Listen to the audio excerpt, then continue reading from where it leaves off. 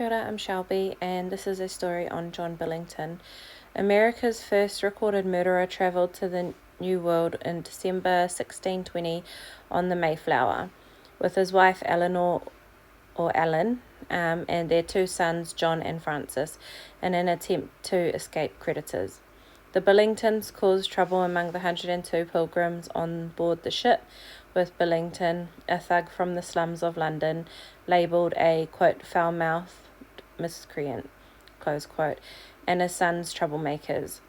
The ship's captain, Miles Standish, ordered that Billington's feet and neck would be bound after he attempted mutiny, but it had no effect on him.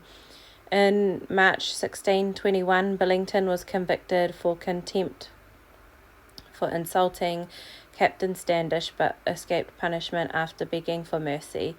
3 years later, he was part of a failed revolt against the Plymouth Church, but again escaped punishment. It was only a matter of time before serious trouble found John Billington, and in September 1630 he got into an argument with fellow colonist John Newcomen, just 17 years old, that ended with Billington shooting Newcomen with a blunderbuss.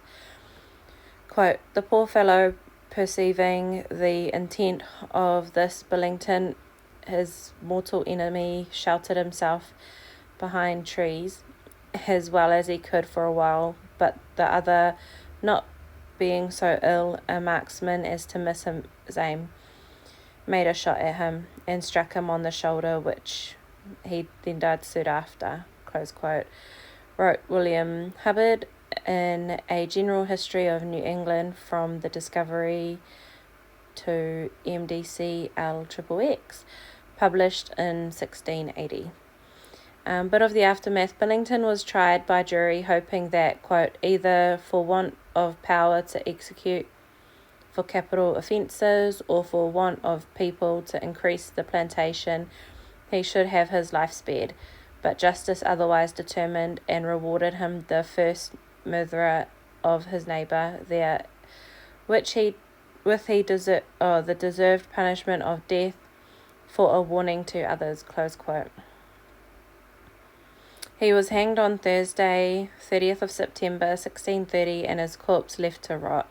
His skull was nailed to the tree as a warning to others. His son John preceded him.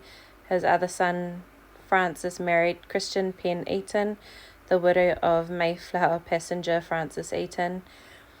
They had 9 children who at one point were taken into care. Francis Billington died on 3rd of December 1684 at Middleborough, Massachusetts.